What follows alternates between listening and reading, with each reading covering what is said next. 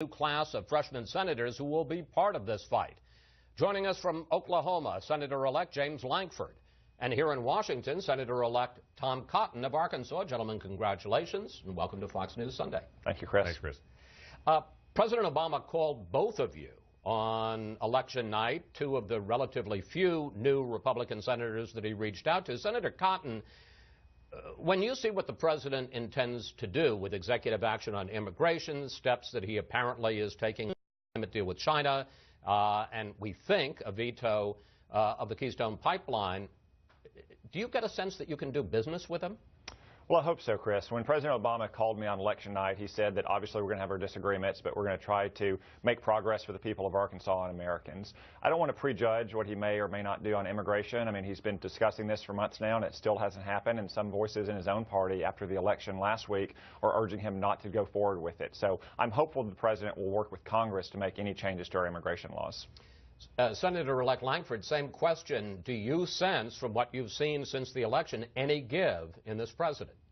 I don't sense any give from the president. He did reach out as well on the phone and said, let's try to find ways to work together. And I told him that we had ways to work together a year ago on some basic things, and a lot of things, including immigration. For instance, the House passed in December of 2012 a high-skilled worker visa program that he immediately threatened to veto. Senate never took up. He said, if we don't do everything, we're going to do nothing. And I think we're going to get nothing done if he continues to have that attitude. All right. The first face-off between the president and Republicans is going to be on immigration. And Mr. Obama took a hard line on executive action this week in Asia. Take a look. I indicated to Speaker Boehner several months ago that if, in fact, Congress failed to act, I would use all the lawful authority that I possess to try to make the system work better. And that's going to happen. That's going to happen before the end of the year. Senator-elect Cotton, I think it's fair to say you come from the Tea Party wing of the GOP. Do you think Republicans should be prepared to either shut down the government by making some links to the funding which runs out on December 11th, or to pass these short-term spending bills to keep this fight up with the president? Well, I don't think anyone wants to shut down the government because that doesn't solve the problem. But it's not just Republicans who have spoken on this. The American people have spoken. Immigration was a central issue in my campaign. I won by 17 points. Kay Hagan, Mark Begich, Mark Udall all supported President Obama's amnesty bill. They lost. Mayor Landrieu is about to lose.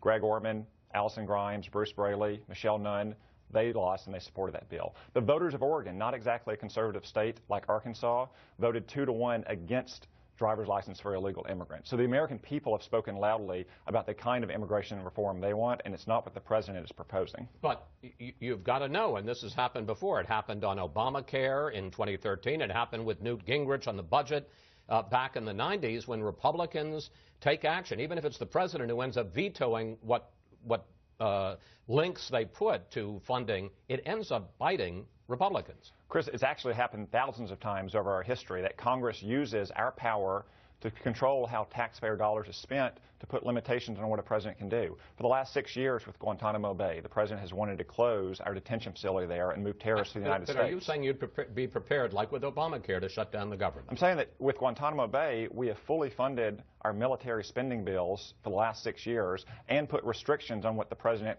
can do in terms of transferring terrorists from Guantanamo Bay to the United States. There's no reason that we can't fund all of our immigration agencies and law enforcement agencies, yet not let the president use taxpayer dollars to give Social Security numbers and work permits and photo IDs to illegal immigrants. So you'd want to put that kind of link on funding for the immigration agency? I'm hopeful that we won't have to take that action because I'm hopeful the president will listen to what the American people said last week. And again, he's been talking about this for months and it hasn't happened, so I don't want to yet prejudge what he may or may not do.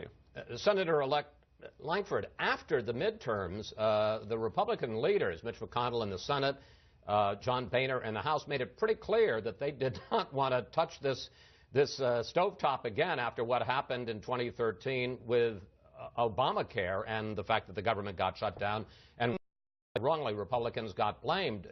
What's changed? Well, I think the significant part about this is we still hope to be able to reach out and work with the president on it. We're not pursuing some government shutdown. I think what people misunderstood at the time was how many people really detested what was happening in their personal lives and their businesses with Obamacare. And we're trying to find every way possible to be able to communicate this is a real problem. It's not a website problem.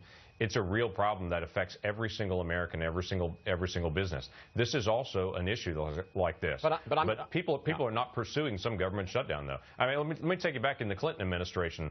President Clinton put out an executive order, and the House voted against that to defund that executive order 417 to 2. That was in 1998 because it took over power from the legislative branch in the states. I'd love to see that kind of bipartisanship again, where the Congress to step up and say to a president, you do not have executive authority to do this. You have to do your responsibility. We have to do ours. But I guess what I'm trying to get at, and you know, I fully understand there are a lot of members who say, look, you got to use the power of the purse. That's your one advantage, your one piece of leverage over the president to try to change policy. But are you willing to go to possibly shutting down the government to do that? No. Because it seems, my point, I guess, is that regardless of who's responsible in the merits, it seems like Congress gets blamed and the president ends up winning. It's certainly what happened in October of 2013. Sure, but Chris, your assumption is that that's the only option that's sitting out here, is to be able to shut down the government. I just don't believe that that's true. I think there are ways to be able to fund everything, and I don't think the president has the high ground. He has this perception that everyone in the country thinks like him, and that is not correct. I represent millions of people. Tom Cotton represents millions of people. There are millions of people scattered around the United States that think like us. And though the president thinks only these few crazy conservatives in Congress think this way and no one else does, he has misjudged the American people. The American people really do believe in the rule of law. They have a problem with immigration. They have a problem with illegal immigration. And for the president to step up and say, I'm just going to remove the word illegal and to be able to transition this and ignore the law, a lot of people have a problem with that, Republicans and Democrats alike. All right, let me change to another big subject that you guys are going to have to deal with, and that's Obamacare. And the big news this week were those comments by MIT professor Jonathan Gruber, who was one of the architects of Obamacare. Let's take a look at one of the things he said. Lack of transparency is a huge political advantage. And basically, you know, call it the stupidity of the American voter or whatever. But basically, that was really, really critical to getting the thing to pass. Senator-elect Lankford, what do you think Professor Gruber's comments show? And what is it that you think, given the fact that the president will certainly veto any outright repeal of Obamacare, what do you think the new Republican majorities in both the House and the Senate can actually accomplish in Obamacare over the next 2 years? I think Gruber's comments show what is consistent in Washington, D.C. It's this arrogance of centralized government. This administration really believes they're smarter than everyone else, and they need to just create the policy and impose the policy. And states exist only to be able to carry out their wishes from the central government. And I think that's exactly backwards. The best thing that we can actually do is return health care decisions back to states, back to local authorities, health care compact, all the different things that actually return those authorities back to the states. We have $50 billion last year in Medicare fraud, $50 billion. That doesn't get corrected by continually decentralized control. So we got to take care of the Independent Payment Advisory Board. We have to get rid of that. Medical device tax, we have to get rid of that. We have to get rid of things like the mandates on individuals. People are really frustrated with that, and they're going to watch their taxes go up next year even more than last year. People want to have real answers. It's time to stop messaging on this bill. People need some solutions on it because it really affects their life. But Senator-elect Cotton, realistically, what do you think you can get done about Obamacare while President Obama is still in office? Well, Arkansans are conservative people, but they're practical people as well. They realize it's going to be hard to repeal a law named Obamacare when the president is named Barack Obama. What they want is relief from the immediate harms. The House of Representatives has already passed a lot of bills that would stop those harms, like preventing people from having to pay a tax if they can't afford an Obamacare plan, or businesses from having to pay a tax if they can't provide an Obamacare plan, or letting people keep their plans as was promised. Those passed the House with bipartisan support. The president has taken some of those steps as an administrative measure. I think that we could pass that legislation again, and the president would be hard-pressed to explain why he wants to veto it if he's already done it as an administrative measure and if it has broad bipartisan support. Senators-elect, and I'm tired of saying that, so would you get to be senators so I don't have to put the elect on there? Senators-elect Cotton and Lankford, thank you both. Thanks for coming in, and we'll follow both of you on your Senate adventures. Thank you. Thanks, Chris. Up next, is President Obama trying to provoke Republicans to overreact with his promise of